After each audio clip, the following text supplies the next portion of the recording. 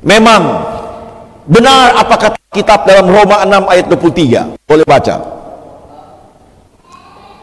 Roma pasal 6 ayatnya yang ke-23. Roma 6 ayatnya yang ke-23. Sebab upah dosa ialah maut,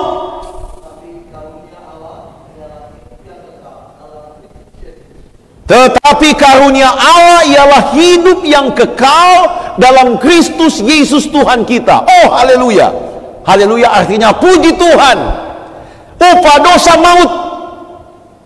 Kita berdosa, mati, maut. Tetapi puji Tuhan, karunia Allah ialah hidup yang kekal dalam Kristus Yesus. Yesus memberikan jaminan hidup kekal. Saya mau sampaikan sama saudara-saudara bahwa di atas kolong, di atas dunia ini, di bawah kolong langit dunia ini, hanya satu yang memberikan jaminan keselamatan, hanya Yesus. Amin. Kenapa? Hanya Yesus yang pernah mati, bangkit dan naik ke sorga. Kalau yang lain-lain semua mati, tidak bangkit. Hanya Yesus. Oleh sebab itu ayat ini harus kita percayai bahwa hanya dalam Yesus ada hidup kekal. Dan inilah kabar baik, saudara-saudara. Kenapa saya katakan kabar baik? Bahwa walaupun saudara dan saya berdosa, datang sama Yesus, Yesus menyelamatkan kita. Sejahat apapun saudara, asal datang sama Yesus, Yesus menyelamatkan kita. Anda boleh baca semua cerita dalam Alkitab orang-orang yang berdosa, sejak Adam sampai murid-murid Yesus. Semua yang berdosa datang sama Tuhan, Tuhan terima asalkan mereka bertobat. Adam, dia bertobat walaupun makan buah itu. Lanjut kepada kehidupan Abraham. Abraham juga walaupun dikatakan bapa orang percaya, dia juga berdosa. Dia menipu. Dia tambah istri. Kan istri cuma boleh satu. Tapi karena dia bertobat, Tuhan terima. Raja Daud ambil istri orang, suaminya dia tempatkan di medan perang, dengan catatan taruh dia di muka. Ya, kalau mati biasa itu dalam pertempuran ada yang mati. Padahal ada akal busuk. Kalau dia mati, itu maituannya boleh saya ambil. Walaupun dia dosa yang sangat besar, Mazmur 51 mengatakan dia datang bermohon sama Tuhan, ampuni aku. Dan Tuhan mengampuni dia. Lanjut ke dalam perjanjian baru, Rasul Paulus menganiaya orang-orang kudus, orang Kristen, termasuk Stefanus. Kalau saudara baca dalam buku Kisah pasal 7, di sana Stefanus mempertahankan imannya pada Yesus, bertahan sampai kemenangan.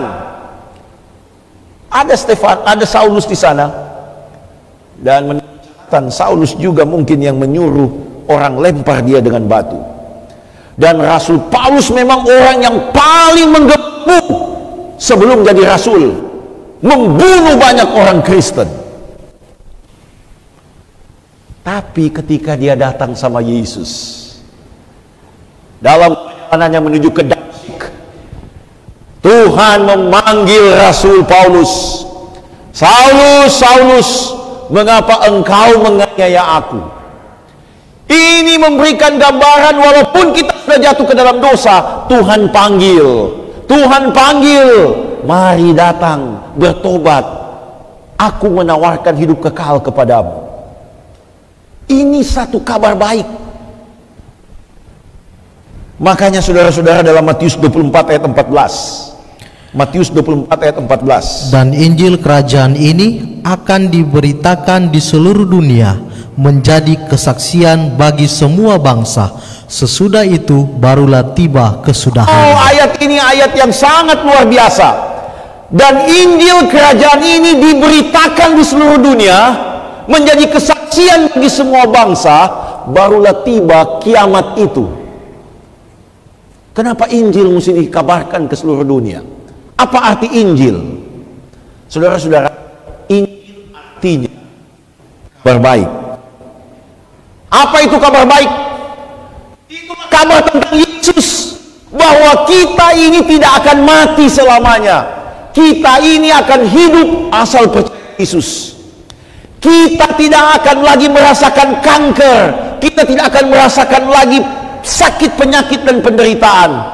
Walaupun kita mati, kabar baiknya percaya pada Yesus.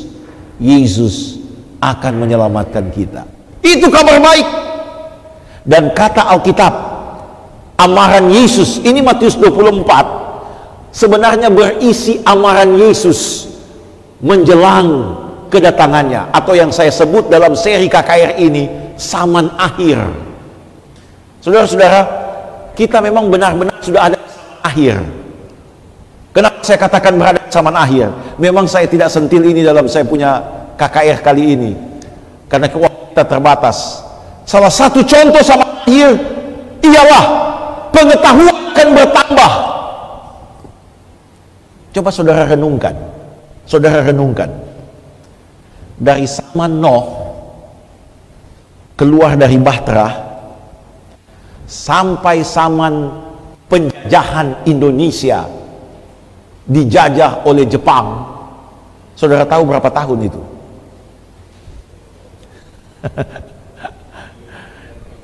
Zaman Noh sampai zaman Yesus itu diperkirakan 2500 tahun. 2500 tahun. Dari zaman Yesus sampai zaman kita diperkirakan 2000 tahun. Jadi sudah berapa tahun? 4500 tahun. Coba saudara bayangkan, selama 4500 tahun orang tidak menemukan handphone. Selama 4500 tahun orang tidak temukan yang namanya laptop. Orang tidak temukan yang namanya kamera. Orang tidak temukan yang namanya kecanggihan teknologi seperti sekarang ini. Apalagi kita yang hidup dalam 30 tahun terakhir ini. Oh, luar biasa saudara-saudara. Luar biasa. Saya pegang handphone tahun 2001. Ketika saya tugas di Durian. Ada seseorang memberikan saya handphone. Aduh, waktu itu luar biasa. Sebelumnya kalau buat telepon pakai kabel, kan diputar-putar. Halo, halo. Sekarang saya sudah tidak pernah lihat ada orang buat telepon pakai yang begitu. Di tahun 2000-an itu saya pernah lihat ada orang pakai handphone dulu di Unclub. Wow, besarnya seperti batu tela. Ya, waktu itu. Tapi coba saudara lihat bagaimana perubahan yang terjadi. Sekarang orang bisa saling menyapa sejauh ada sinyal. That's okay. Baik yang ada di pedalaman mana, macam yang kita nonton malam ini. Saya dengar ada yang menyaksikannya di Malaysia. Selamat malam, selamat hari Sabat yang dari Malaysia. Saya dengar ada juga yang menyaksikannya dari Timor Leste. Selamat malam, selamat hari Sabat. Mana pernah kita duga, sehingga tidak heran pemilik Trans Group yang punya Trans Studio, Bapak Hairul Tanjung, dia mengatakan begini. Dulu waktu saya membuat televisi, saya harus berinvestasi miliaran rupiah. Sekarang buat tayangan seperti ini sederhana saja. Sedangkan saudara pakai HP yang harga 2-3 juta, saudara khotbah begini, Zoom, jadi. Ini kita hidup di zaman akhir. Dan kata firman Tuhan, zaman akhir ini adalah tanda Injil, kabar baik, diberitakan di seluruh dunia. Siapa inti dari Injil? Yesus Kristus. Tadi saya di bilik sementara persiapan untuk khotbah ini, Kami berbincang-bincang, kalau dulu orang dengar pekabaran seperti ini terbatas, hanya dalam ruangan. Saya tanya sama tim IT, kira-kira sudah sampai berapa ada satu malam yang nonton acara ini? Tim IT bilang, pendeta, ada yang tembus 2.500 sampai 3.000 orang yang nonton. Coba saudara bayangkan kalau KKR ini dibuat di gedung yang menampung 3.000. Saya pikir Upper Hills tidak cukup yang ada di Tanjung Bunga kalau 3.000-an orang. Tapi karena kecanggihan teknologi, Tuhan juga menggunakan ini untuk menyebarluaskan Injil ke seluruh dunia. Oleh sebab itu saudara-saudara, pekabaran malam ini mengingatkan kita bahwa Yesus sedang mengamarkan dunia dengan Injil, kabar baik. Umat yang ada di dunia ini, manusia yang ada di dunia ini, datang sama Yesus. Mereka mau terima atau tidak, ini harus ke seluruh dunia. Saya mau kasih tahu, Cina dengan penduduknya lebih dari 1 miliar, yang dulunya sangat ketat dengan paham komunisnya, akhirnya Injil juga masuk ke sana. Rusia yang dulu saya waktu kecil dikenal dengan Uni Soviet, dengan paham komunisnya tidak mengizinkan Injil masuk. Sekarang Injil masuk. Apakah mereka mau terima atau tidak? Yang jelas Injil dikabarkan. Ingat cerita Nuh lagi? Mereka mau terima atau tidak, Nuh tetap berkhotbah. Dunia ini mau dibinasakan dengan air bah. Dunia mau dibinasakan air bah. Dan saya yakin semua orang di sama Nuh dengar itu. Dengar. Tapi sayang, mereka tidak terima. Oleh sebab itu yang selamat hanya Nuh, istri, anak-anaknya, dan ketiga anak mantunya. Alkitab mengatakan orang yang selamat. Yesus akan datang kalau Injil ini ke seluruh dunia. Tapi sangat disayangkan kalau banyak orang tidak terima Injil itu. Karena kalau ia tidak terima, Yesus tidak bisa menjawab. Yang menolak dia, Yesus menawarkan tangannya, seperti kita punya ilustrasi pada waktu dengan Bapak Kasenda di sini. Yesus menawarkan tangannya menyelamatkan kita. Tapi kalau kita tidak terima, kita tidak bertobat, kita tidak mau pegang Yesus, Yesus sulit untuk mengangkat kita. Saudara-saudara, di Chili pernah terjadi satu peristiwa yang memilukan. Ini terjadi di Copiapo pada tahun 2010, tepatnya tanggal 5 Agustus. Ketika tambang-tambang emas di San Jose dekat Copiapo, Chili runtuh, menjebak 33 pria di bawah tanah. Mereka masuk di kedalaman 700 meter dan pintu masuk jauhnya kira-kira 3 mil, sekitar 5 kilometer. Waktu mereka masuk dan ke dalam, ke bawah 700 meter, 33 penambang ada di dalam. Dan apa yang jadi? Tiba-tiba tambang itu ambruk dan 33 orang ini terperangkap di dalam. Peristiwa itu terjadi pada tanggal 5 Agustus 2010. Dan segala daya upaya dibuat untuk menyelamatkan mereka. Mereka kehilangan komunikasi dengan dunia luar. Lalu dibuatlah dibor. Dan dari satu lubang yang kecil, itulah tempat keluarga dan 33 orang penambang itu berkomunikasi. Saya bisa bayangkan keluarga yang ada di atas tanya, aduh, ada bayi-bayi, apa kamu selamat? Muncul suara, tanya bagi keluarga ini selamat. 33 orang itu ternyata masih selamat.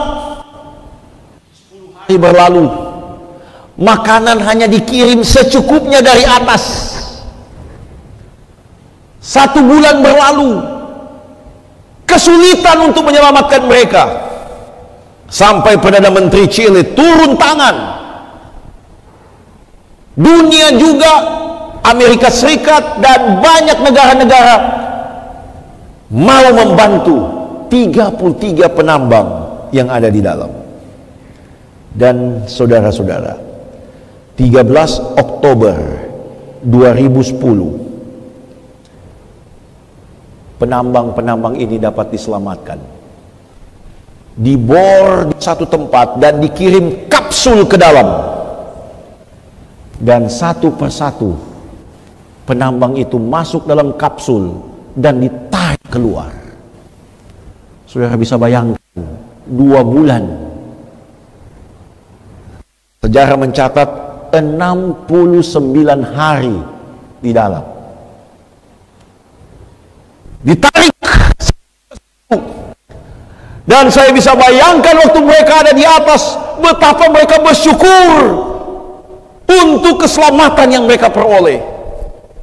Saudara, kita ini juga sudah masuk dalam satu situasi yang sangat sulit di bawah tanah, dosa.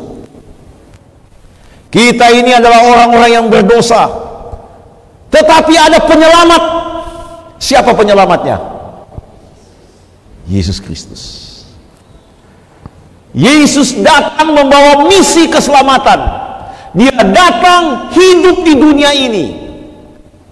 Dan saudara-saudara, kehidupan Yesus di dunia ini, walaupun sampai detik orang Yahudi tidak, sampai detik ini ada banyak orang Yahudi tidak percaya.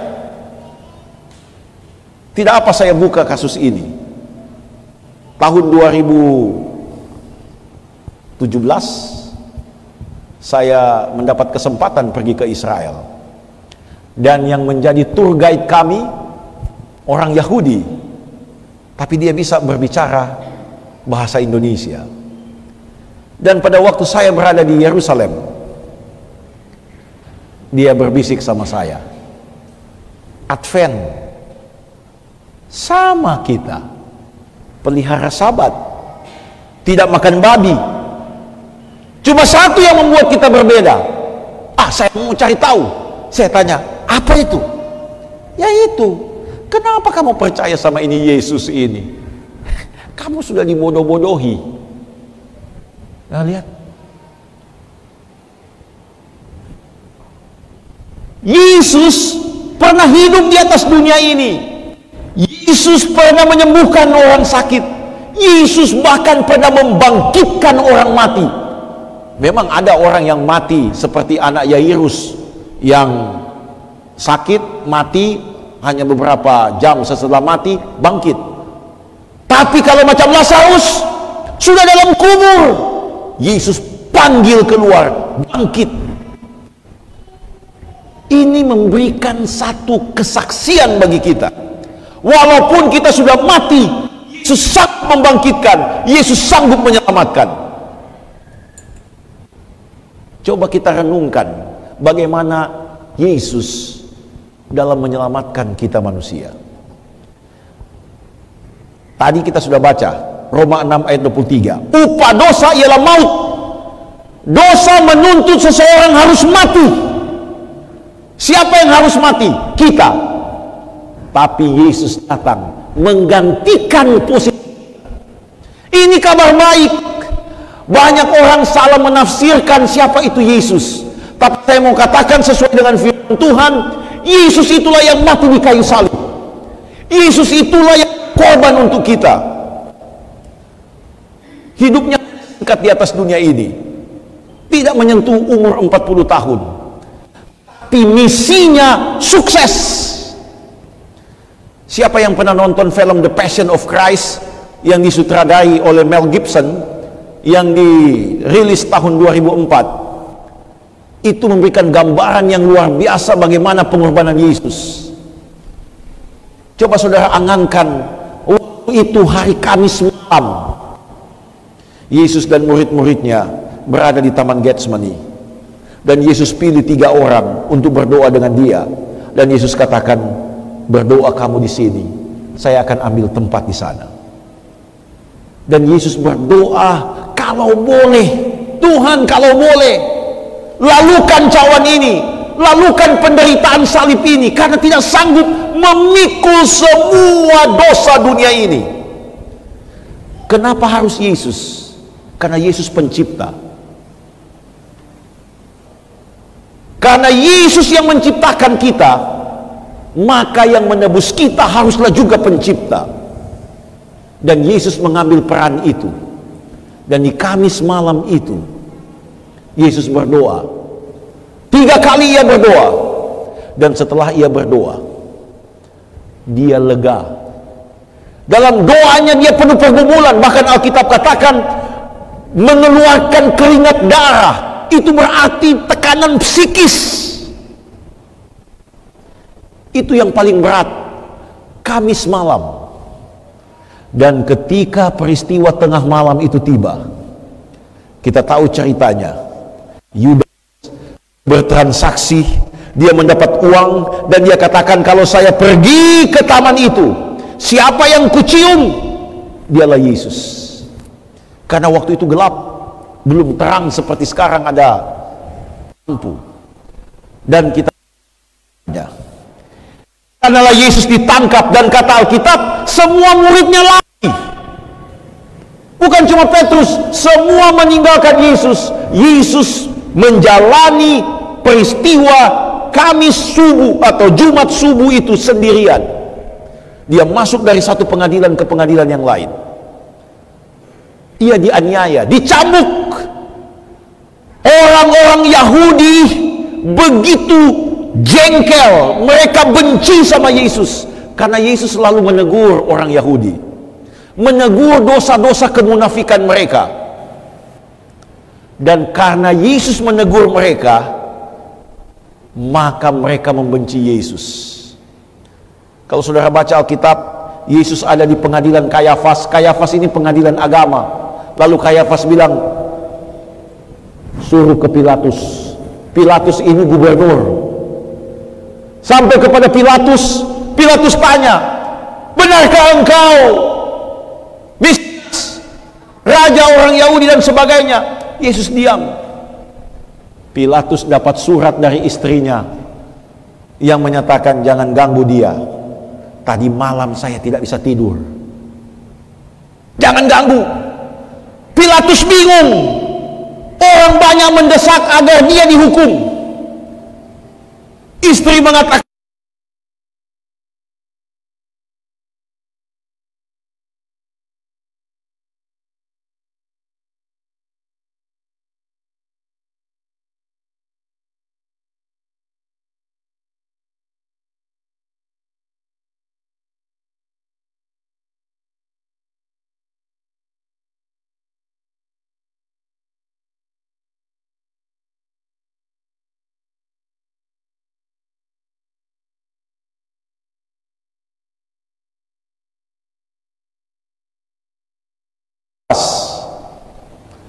dia umumkan di pengadilan yang waktu itu banyak orang berkumpul di depan istana gubernurnya, dan dia tanya, mana kamu pilih?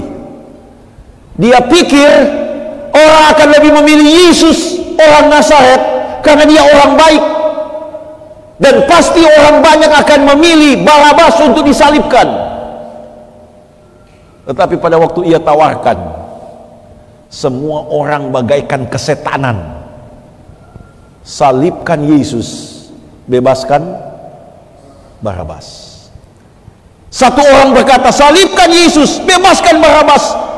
Oleh hasutan orang-orang Yahudi, hampir semua rakyat menyatakan, salibkan Yesus, bebaskan Barabas. Tapi saudara tahu, semua orang yang berteriak-teriak itu 50 hari kemudian, 50 sampai 53 hari kemudian, Ketika Petrus berkhotbah dekat bait Allah, banyak di antara mereka yang bertanya, kalau begitu apa yang harus kami buat? Kami sudah berdosa. Dan Petrus mengajak mereka untuk menerima Yesus. Saudara-saudara, Yohanes 3 ayat 16, tidak usah dibaca, ayat ini ayat yang kita hafal. Begitu besar kasih Allah akan dunia ini, Yesus harus mati untuk memberikan tawaran kepada kita hidup yang kekal. Makanya Rasul Paulus, dia tidak canggung untuk berada di depan Raja Agripa dan menyatakan, Yesus yang menurut orang Yahudi mereka nanti-nantikan, padahal mereka yang salibkan.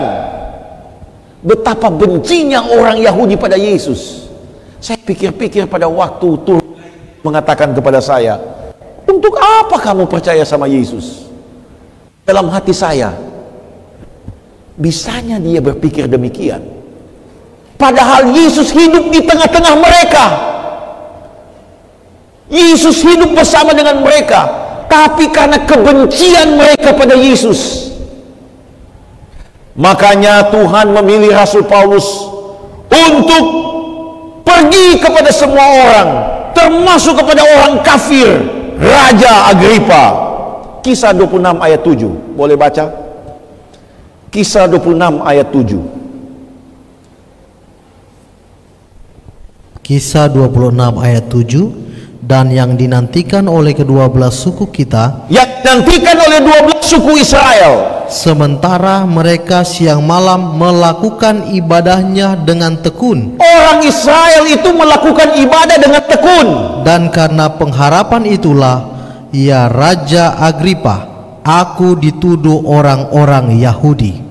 Saudara-saudara, sebenarnya orang Israel menunggu-nunggu kedatangan Mesias, tapi mereka kecewa karena Mesias yang mereka tunggu datangnya di kandang Bethlehem.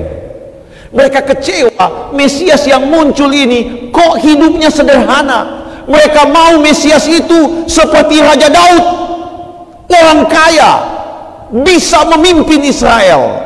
Mereka salah mengerti bahwa Yesus datang bukan hanya untuk orang Israel. Oleh sebab itu, Yesus, Injil dikabarkan ke seluruh dunia. Kisah 26 ayat 23, yaitu bahwa Mesias harus menderita sengsara, dan bahwa ia adalah yang pertama yang akan bangkit dari antara orang mati, dan bahwa ia akan memberitakan terang kepada bangsa ini dan kepada bangsa-bangsa lain. Pemberitaan bahwa Yesus pembawa terang dikabarkan kepada bangsa-bangsa lain, termasuk kita yang di Indonesia. Amin. Termasuk saudara dan saya, walaupun ada di Makassar, dapat mengenal Yesus Kristus. Wahyu 14 ayat 6 dan 7. Dan aku melihat seorang malaikat lain terbang di tengah-tengah langit, dan padanya ada Injil yang kekal. Pada malaikat itu ada Injil yang kekal, untuk diberitakannya kepada mereka yang diam di atas bumi. Diberitakan kepada mereka yang diam di atas bumi, dan kepada semua bangsa, dan suku, dan bahasa, dan kaum. Sampai di situ, saudara, Injil diberitakan kepada semua suku, kaum, bahasa, dan bangsa. Saya oleh berkat Tuhan pernah membawakan Injil kebenaran ini di pedalaman di tahun 2008 atau 2007. Saya sempat pergi ke pedalaman Mamuju. Dari sini naik bus 12 jam, kemudian naik mobil kecil 5 jam sampai di Kalumpang, lalu dari Kalumpang naik motor, orang bilang katinting, naik perahu selama 2 jam, lalu sesudah itu jalan kaki 6 jam. Injil sampai di pelosok. Saya juga pernah ber-KKR di Nabire, Papua, di Timika, Papua, di Sangihe, Talaut, Ambia, dekat Filipina. Dan saya juga ber-KKR di kota Makassar. Dan masih banyak sahabat-sahabat saya ber-KKR di mana-mana di seluruh dunia ini. Injil dibawa kepada semua suku, kaum, bahasa, dan bangsa. Dan Injil ini ketika diberitakan, mengajak semua orang untuk datang pada Yesus. Makanya Injil ini kabar baik. Semua orang dipanggil. Injil ini bukan hanya khusus untuk orang Yahudi. Injil ini bukan hanya khusus untuk orang Manado. Enggak. Semua orang dipanggil untuk menerima Injil. Ini yang disalah mengerti oleh orang Yahudi. Orang Yahudi pikir Injil itu atau kabar baik atau keselamatan hanya khusus untuk orang Yahudi. No. Tidak. Dengarkan apa yang dikatakan oleh Roma 1 ayat 16 dan 17. Roma pasal 1 ayat 16 dan 17. Sebab aku mempunyai keyakinan yang kokoh dalam Injil. Aku punya keyakinan yang kokoh dalam Injil. Karena Injil adalah kekuatan Allah. Injil kekuatan Allah yang menyelamatkan setiap orang yang percaya. Menyelamatkan semua orang yang percaya. Pertama-tama orang Yahudi. Pertama orang Yahudi. Tetapi juga orang Yunani. Tapi juga orang Yunani. Sampai di situ. Memang pertama bagi orang Yahudi. Di sanalah 12 murid Yesus. Petrus, Matius, Bartolomeus, Andreas, Yakobus. Mereka semua ini orang Yahudi. Mereka yang menikmati pertama Injil itu. Dan Injil itu menyebar kepada orang Yunani, kepada orang Roma, sampai kepada kita yang ada di Makassar pada malam hari ini. Saudara, Yesus menawarkan Injil ini agar dunia bertobat. Yesus panggil semua orang datang. Mari terima Injil. Karena dengan Injil kamu akan diselamatkan. Ini amaran Yesus di zaman akhir. Dan ada cerita dalam Alkitab dalam buku Kisah pasal 8 untuk menggambarkan bagaimana seseorang menerima Injil. Bagaimana caranya seseorang menerima Injil. Diceritakan ada seorang tenaga keuangan dari Ethiopia dalam perjalanan menuju ke Yerusalem. Dia baca Alkitab di atas keretanya. Dan ada seorang murid Yesus namanya Filipus. Tuhan memberikan kepadanya arahan. Filipus, pergi kau di sana, kau akan temukan kereta di situ, dan kau akan menemukan seseorang yang lagi belajar firman Tuhan di sana. Dan pada waktu Filipus tiba di tempat itu, memang ada kereta, dicegatlah kereta itu, dan Filipus naik ke dalam kereta. Dan Filipus tanya, apa yang kau sedang baca? Oh, saya sedang membaca kitab tentang Yesaya, tentang Mesias. Filipus tanya, kau mengerti?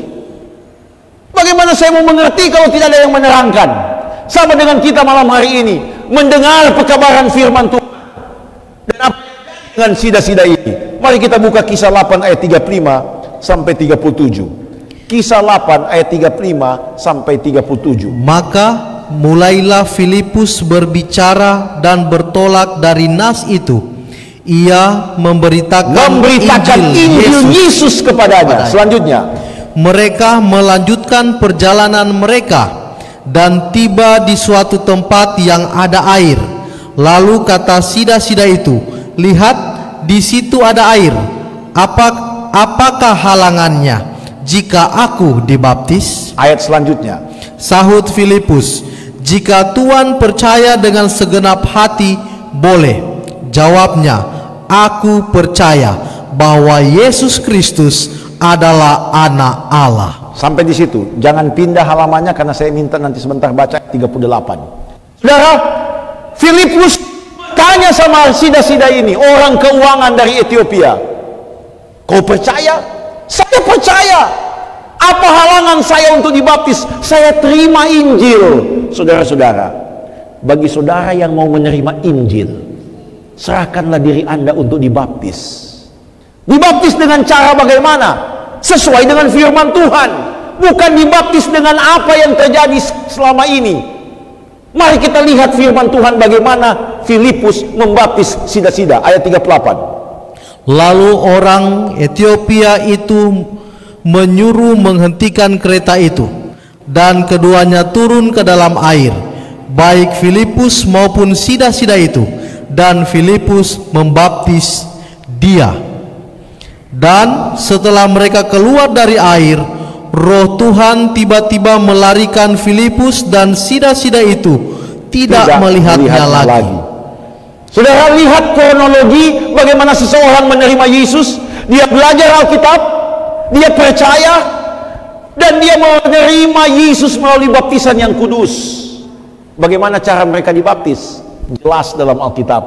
Mereka masuk ke dalam air, dan Filipus membaptiskan sida-sida ini. Ada yang bilang begini, kalau membaptis dengan cara diselamkan, harus ke Sungai Yordan, karena Yesus dibaptis di Sungai Yordan dengan cara diselamkan. Tidak perlu ke Sungai Yordan. Filipus membaptis sida-sida bukan di Sungai Yordan, di tempat yang banyak air. Jadi saudara-saudara, tidak ada halangan bagi seseorang kalau dia menerima Yesus, menerima Injil, serahkan diri untuk dibaptis. Saudara lihat, Filipus tidak dibaptis di Sungai Yordan, dia dibaptis di tempat yang banyak air. Memang ada banyak orang, saya suka baptis di Sungai Yordan. Waktu saya ada di Sungai Yordan, saya sama saja airnya dengan yang di Indonesia, malah di Indonesia lebih jernih. Bukan ke Sungai Yordan untuk dibaptis. Orang yang belajar Alkitab, ketika dia percaya, dia menerima panggilan, menyerahkan diri dibaptis, di mana ada banyak air, disitulah baptisan dilaksanakan. Saudara-saudara, tidak ada satu ayat pun dalam Alkitab yang mempraktekkan baptisan yang lain.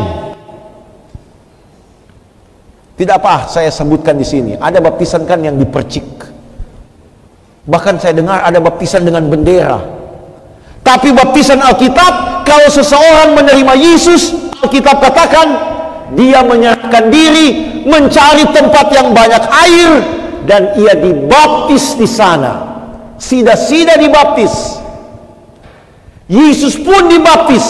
Yesus dibaptis untuk memberikan teladan bagi kita semua. Begini caranya dibaptis, dan begini caranya memenuhi kehendak Tuhan. Makanya judul pada malam hari ini, jadikanlah semua bangsa muridku. Ini amaran Yesus bagi kita. Matius 28 ayat 19 dan 20. Matius 28 ayat 19 dan 20. Karena itu, pergilah, jadikanlah semua bangsa muridku, dan baptislah mereka dalam nama Bapa dan Anak dan Roh Kudus, dan ajarlah mereka melakukan segala sesuatu yang telah kuperintahkan kepadamu. Sampai situ. Saudara-saudara, Yesus memberikan amaran bagi kita, bagi saya. Hai Salayinti, pergi kamu, kabarkan Injil. Malam ini saya memenuhi misi atau tugas ini. Muncul juga di Facebook, di YouTube, untuk mengamalkan dunia. Mari datang pada Yesus. Ingat saudara, dunia ini segera akan berlalu. Kepada siapa kita mau berpegang? Kepada siapa kita mau percaya? Malam ini saya menawarkan, percaya pada Yesus. Amin. Percaya pada Yesus, karena hanya Yesus yang bisa menyelamatkan kita. Dan caranya percaya pada Yesus, terima tawarannya. Jadilah seperti sida-sida. Saya mau menerima Yesus, saya percaya kepadanya. Apa yang menghalangi saya untuk saya dibaptis? Satu kali saya dalam perjalanan menuju ke, pada hari Sabat, saya masuk di salah satu gereja yang ada di Kabupaten Donggala. Dan di sana ada seseorang yang minta dibaptiskan,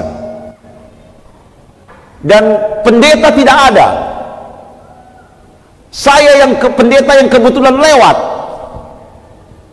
dia memohon kepada saya untuk saya membaptiskan dia. Saya tanya, apakah engkau percaya? Dia katakan, saya percaya pada Yesus Kristus. Saya percaya pada ajaran firman Tuhan. Saya percaya bahwa Yesus mengajarkan sabat. Saya percaya bahwa Yesus mengamarkan kita yang hidup di dunia ini untuk tidak makan makanan haram. Lalu dia bilang, pendeta, itu laut. Kenapa saya tidak bisa dibaptis? Dan karena saya sudah bertanya kepadanya, dia percaya. Walaupun saya dalam perjalanan menuju ke Manado, saya bilang, mari, karena engkau percaya, saya membaptiskan engkau. Dalam perjalanan kami menuju ke pantai, saya terngiang cerita Filipus dan Sida-Sida. Dalam hati saya, jangan-jangan roh akan membawa saya ke tempat lain. Ya. Dan saya berpikir, Tuhan, luar biasa pengalaman ini. Orang yang rindu untuk menerima Yesus. Saudara,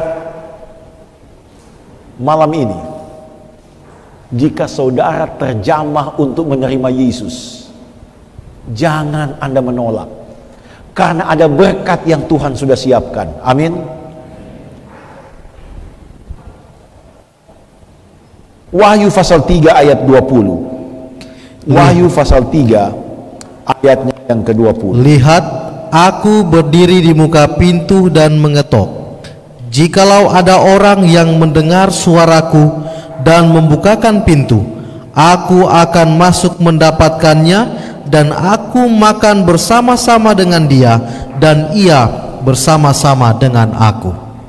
Saudara-saudara, Yesus malam ini mengetuk pintu hati saudara. Baik yang menyaksikan tayangan ini juga di gadget Anda, sedang mengetuk. Dia rindu masuk.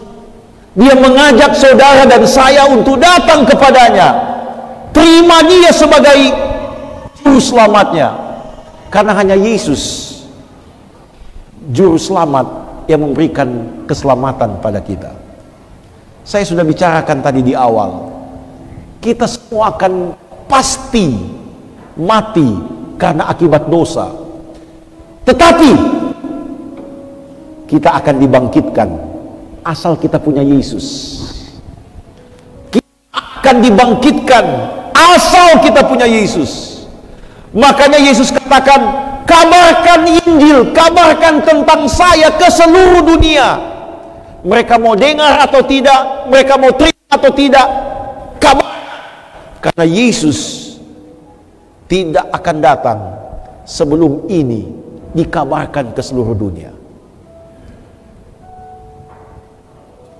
Pada tahun 2014,